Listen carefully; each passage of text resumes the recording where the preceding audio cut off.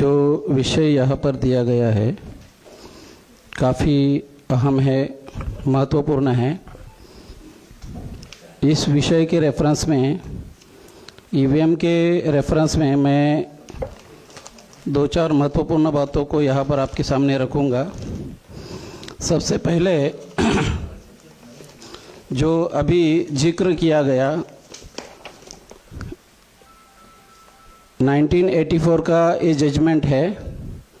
इस जजमेंट में ये कहा गया है 5 मार्च 1984 में इलेक्ट्रॉनिक वोटिंग मशीन को जो चुनाव में ईवीएम का इस्तेमाल हो रहा था, वो भी एक असेंबली एरिया में बाई इलेक्शन में पारूर केरला में, तो इसके अगेंस्ट में जो उसमें डिटेल में जाऊंगा नहीं।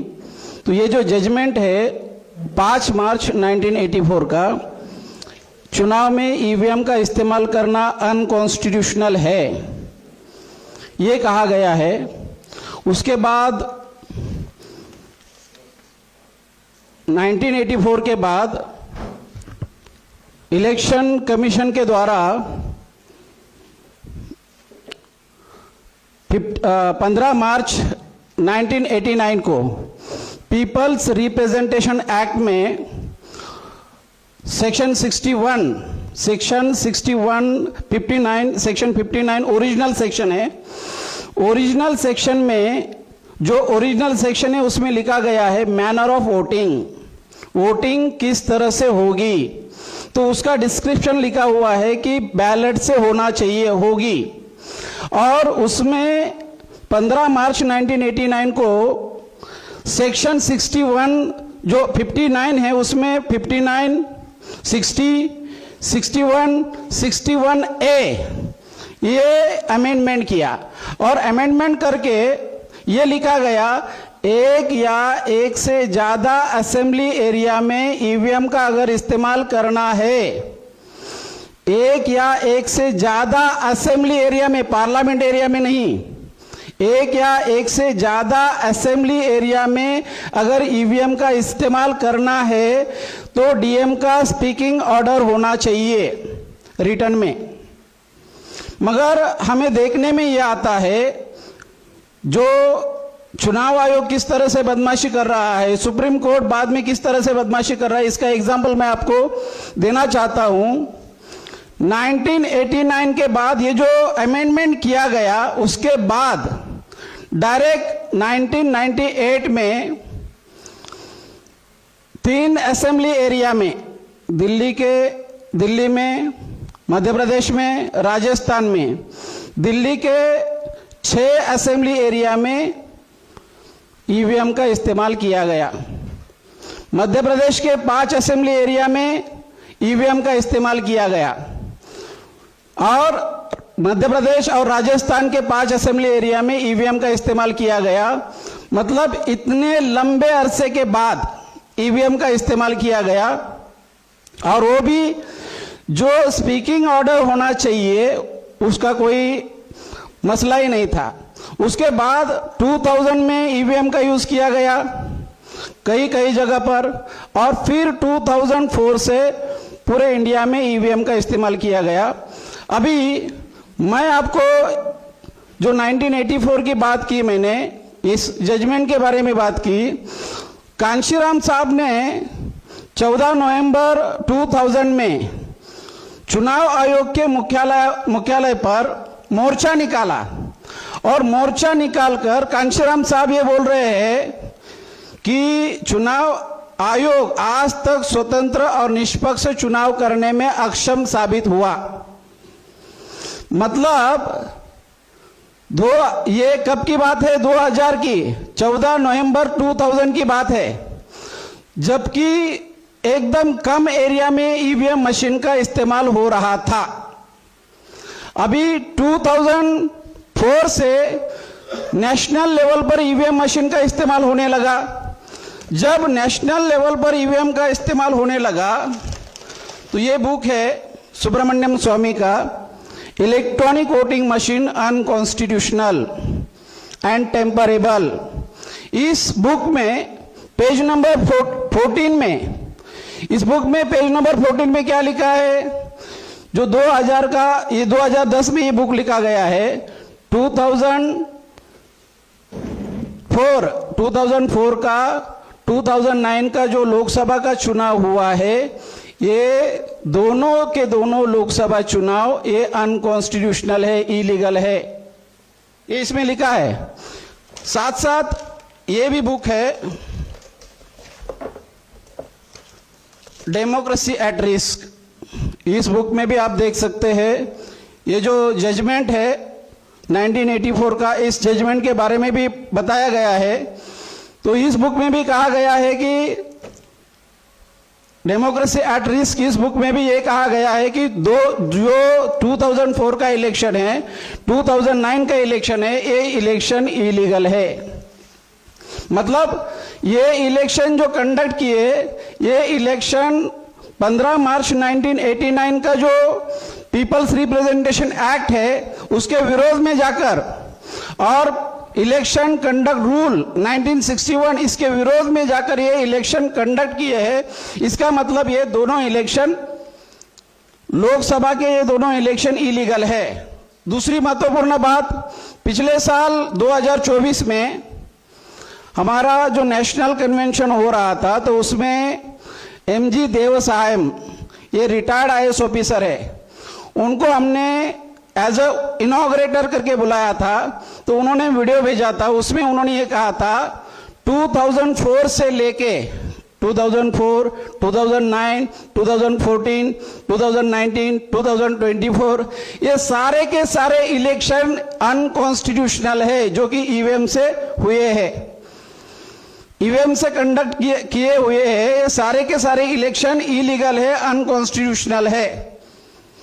ये हो गई बात। दूसरी सबसे महत्वपूर्ण बात, 8 अक्टूबर 2013 का जो जजमेंट है, 8 अक्टूबर 2013 के जजमेंट में क्या कहा है, without VVPAT free fair and transparent election can not possible.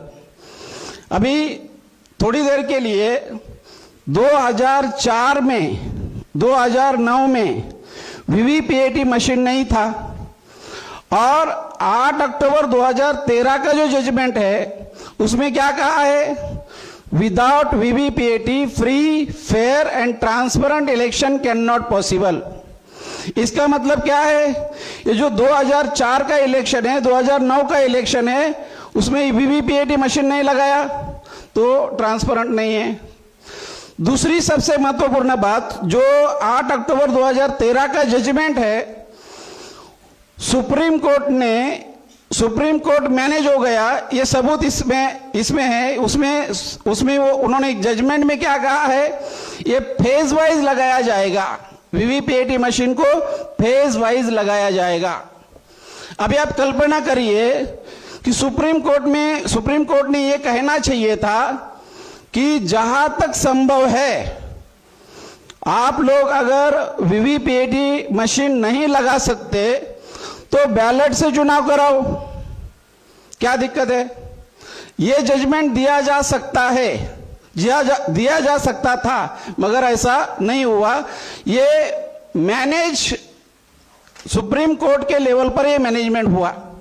उसके बाद मैं आप लोगों को, जो माननीय वामन मेश्राम साहब ने चुनाव आयोग के विरोध में कंटेम्प्ट ऑफ कोर्ट का केस डाला, 2016 से लेके 2017 तक वो केस चला, तारीख पे तारीख 24 अप्रैल 2017 को माननीय वामन मेश्राम साहब वो केस जीत गए। बामसेब के नाम से केस डाला था, वो केस जीत गए।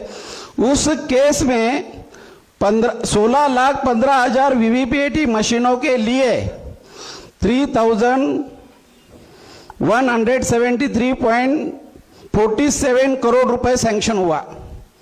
अभी आप कल्पना करिए, 16,15,000 VVPAT मशीनों के लिए 3,173.47 करोड़ इतना अमाउंट सैंक्शन हुआ। और ये जो VVPAT मशीन लगाना था 2019 में लगाया, उसके पहले उसके पहले क्या हुआ था, बीएमपी के नाम से दूसरा केस फाइल किया, उस केस के अगेंस्ट में चंद्रबाबू नायडू को खड़ा किया। हमारा मानना क्या था, हम लोग क्या बोल रहे थे, इन केस ऑफ डिस्प्यूट, मतलब अभी ज्यादा समय नहीं इसलिए मैं इन कुछ ही बातों को आपके सामने हाईलाइट कर रहा हूं। इन केस ऑफ डिस्प्यूट का केस हमारा था बीएमपी का, और चंद्रबाबू नायडू का केस जो था, चंद्रबाबू नायडू का केस क्या था, चंद्रबाबू नायडू ने ये कहा था, मतलब Chandrababu Naidu and 21 political parties, तो उनका केस क्या था, जो मिलान वाला मामला था, मतलब रिजल्ट के दिन जो मिलान करना है, ईच असेंबली सेगमेंट में 5 पोलिंग स्टेशन का मिलान किया जाएगा। ये जजमेंट कब आया, 8 अप्रैल 2019 को, और सेम जजमेंट में हमारे केस को क्लब किया और क्लब करके जजमेंट क्या दिया, 56C शैल कंटिन्यू।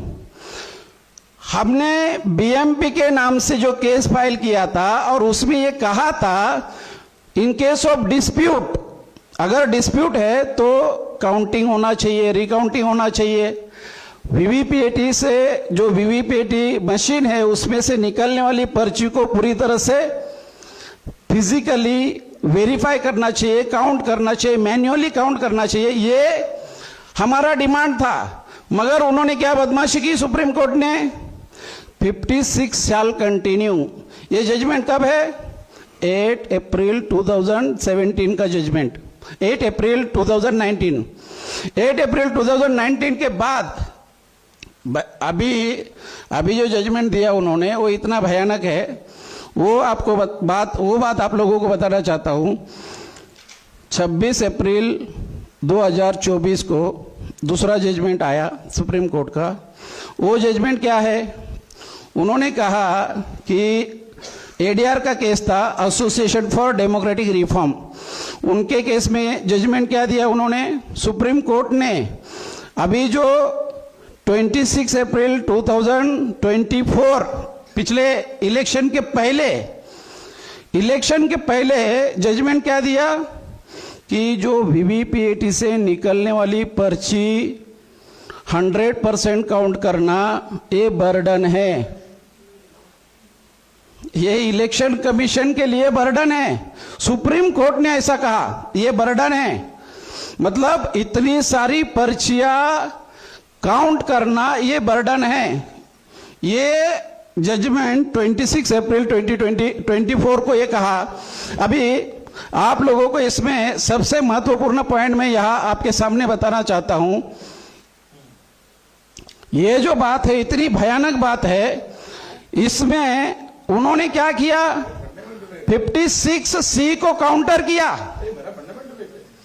56C को काउंटर किया, और उसमें क्या किया उन्होंने कहा, अभी मान लो ये 10 लोग हैं कैंडिडेट, इसमें से एक जीत गया, ये फर्स्ट रनर अप है, सेकंड रनर अप है, तो उन्होंने ये कहा, नियम ये बनाया कि इन दोनों में से अगर किसी को रिकाउंटिंग के लिए, रिकाउंटिंग तो होने वाला नहीं है, अगर दोनों में से किसी ने रिकाउंटिंग को अप्लाई किया, first runner up second runner up, इन दोनों में से अगर किसी ने रिकाउंटिंग के लिए, रिकाउंटिंग होने वाला नहीं है, चेकिंग एंड वेरिफिकेशन होगा।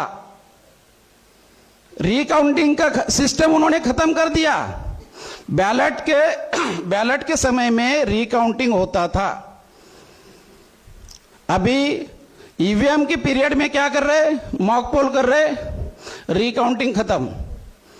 तो अभी ये जो 2 लोग हैं जो डिमांड करना चाहते हैं, चेकिंग एंड वेरिफिकेशन की डिमांड करना चाहते हैं, उनको उन्होंने कहा कि आपको एक सेट के लिए ballot unit, control unit, VVPAT machine, एक सेट के लिए आपको 40,000 रुपीज देना होगा, प्लस 18% जीएसटी। अभी महाराष्ट्र का ताजा एग्जांपल आप लोगों को बताना चाहता हूं। प्रशांत जगताप हड़प सर के जो महाराष्ट्र का विधानसभा का इलेक्शन हुआ, 23 नवंबर 2024 को रिजल्ट आया। रिजल्ट आने के बाद 102 लोगों ने, एमएलए लोगों ने चेकिंग एंड वेरिफिकेशन के लिए पैसा पे किया। विथिन 1 वीक में वो पैसा देना है और एक महीने के अंदर चेकिंग एंड वेरिफिकेशन ये प्रोसेस होना चाहिए। इस प्रोसेस को उन्होंने लंबा 8 महीना 3 दिन चला। 8 महीना 3 दिन के बाद उनको कहा कि आपका चेकिंग एंड वेरिफिकेशन 8 महीने 3 दिन के बाद होगा। अभी ये आप लोगों को यह बताना चाहता हूं कि उन्होंने, प्रशांत जगताप, इन्होंने 27 सेट के लिए 27 इंटू 40,000 प्लस 18% GST 12,74,400 रुपीज पे किया। 12,74,400 अमाउंट पे किया 27 बूथ को चेक करने के लिए। वो भी कब? 8 महीना 3 दिन के बाद, मतलब 25 जुलाई 2025 को। अभी जिस दिन चेकिंग करना है, चेकिंग एंड वेरिफिकेशन प्रोसेस आप लोगों को बता रहा हूं मैं, जिस दिन चेकिंग करना है उनको कहा ये आपका बैलेट यूनिट है, पर्टिकुलर उन्होंने जो बूथ बताया उस बूथ का उन्होंने क्या कहा, ये बूथ का ये मशीन है, बैलेट यूनिट है, ये कंट्रोल यूनिट है, ये वीवीपीएटी मशीन है। ओके, 27 बूथ का ये 27 सेट इलेक्शन कमीशन के लोगों ने कहा कि आपका 25 जुलाई से लेके 2 अगस्त तक हर दिन पहले 2 दिन 2 चेकिंग एंड वेरिफिकेशन करेंगे, बाद में 4 चेकिंग एंड वेरिफिकेशन करेंगे। ऐसा करते करते 25 जुलाई से लेके 2 अगस्त तक सारा चेकिंग एंड वेरिफिकेशन करेंगे। अभी आप कल्पना करिए, उनको कहा कि आपका ये बैलेट यूनिट है, ये कंट्रोल यूनिट है, ये वीवीपीएटी मशीन है, तो उन्होंने सेम नंबर का, सेम बूथ का, अभी जो कंट्रोल यूनिट है, कंट्रोल यूनिट में उन्होंने दिखाया कि आपको कैंडिडेट नंबर 1 को इतना वोट है, कैंडिडेट 2 को इतना वोट है, कैंडिडेट 3, 4, 5 जो भी है वो वोट दिखाया। उसके बाद उन्होंने कहा कि अभी ये वोट हम डिलीट करेंगे, ये वोट अभी हम डिलीट करेंगे, आपको नया वोट डालना होगा, 1400 वोट डालना होगा। बोलो 1000, ओके। और जो वीवीपीएटी स्लिप, वीवीपीएटी मशीन है, वो मशीन में नया रोल डालेंगे, नया रोल डालेंगे, उससे जो पर्ची आएगी उस पर्ची को हम लोग काउंट करेंगे। ये कितने लोगों को मालूम है? जो पर्ची आएगी उसको हम काउंट करेंगे। 1400 वोट, नया वोट आपको डालना होगा और उसको हम काउंट करेंगे। तो उन्होंने कहा ये कौन सा तरीका है? इसके लिए तो पैसा ही नहीं दिया ना उसने। उन्होंने ये कहा कि भाई जो लोगों ने मुझे वोट डाला और उससे जो पर्ची निकली, वो पर्ची कहां पर है?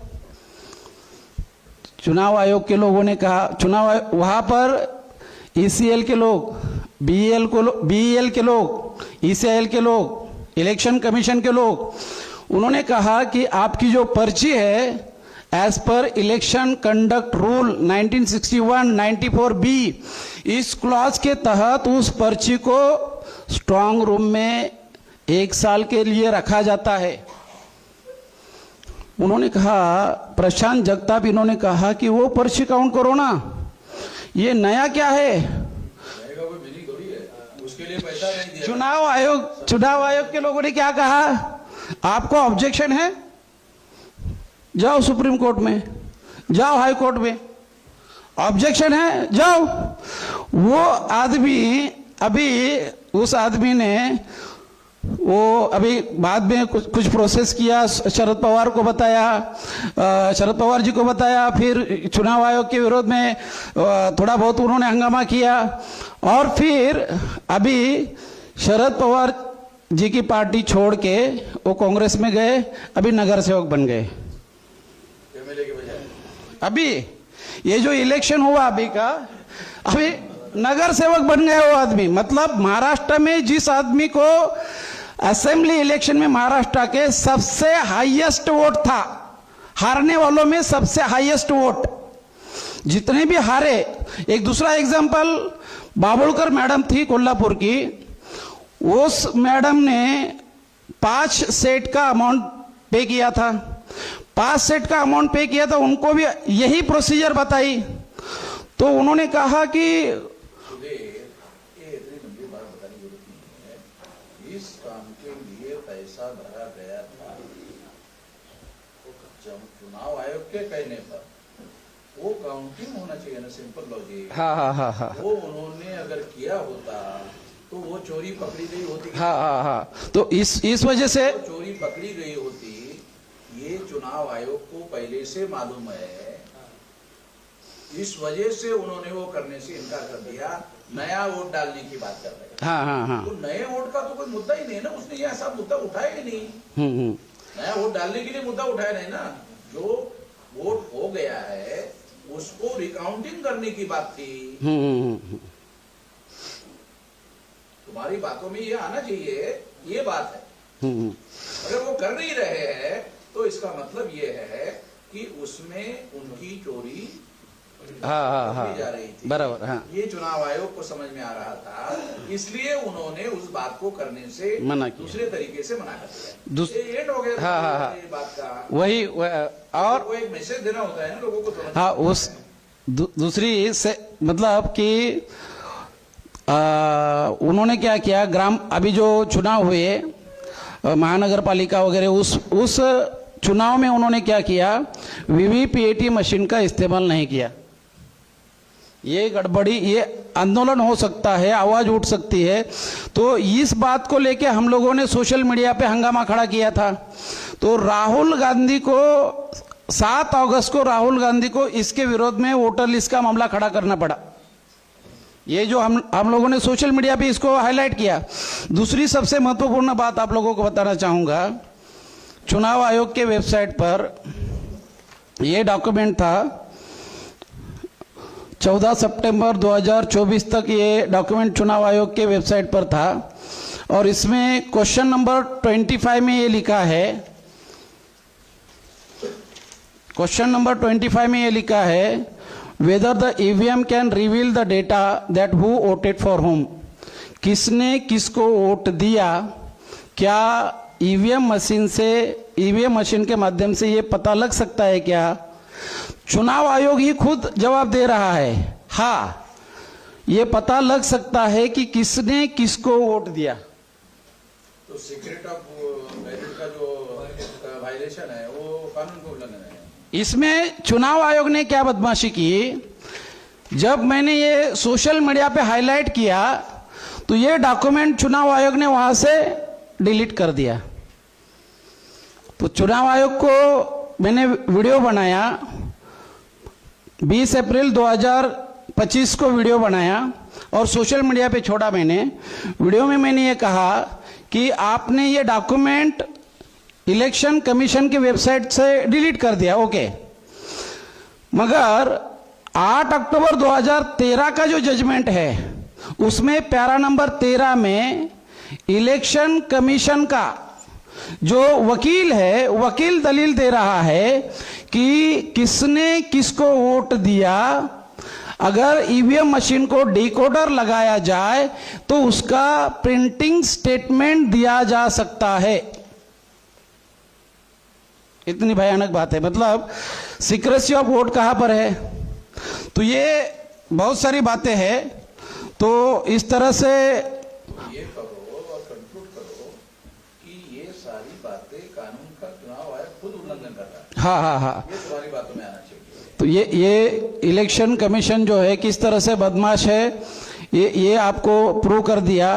दूसरी सबसे महत्वपूर्ण बात जो है, कांशीराम साहब बोलते थे कि जिन पार्टियों के हाथ में देश का कारोबार है, शासन है, ये वो पार्टियां देश में स्वतंत्र और निष्पक्ष चुनाव करना नहीं चाहते। चाहती है, कांग्रेस नहीं चाहती है, बीजेपी नहीं चाहती है, ये तो ना? वही कॉन्स्टिट्यूशनल इंस्टीट्यूशन पर पूरा का पूरा ब्राह्मणों का कब्जा है। इसलिए ब्राह्मण 3.5% ब्राह्मण ये नहीं चाहते कि देश में फ्री, फेयर एंड ट्रांसपेरेंट चुनाव हो। यूनाइटेड नेशंस ऑर्गेनाइजेशन में कोई इसका मतलब है कोई न्याय मिल सकता है इसके तहत? इंटरनेशनल लेवल पर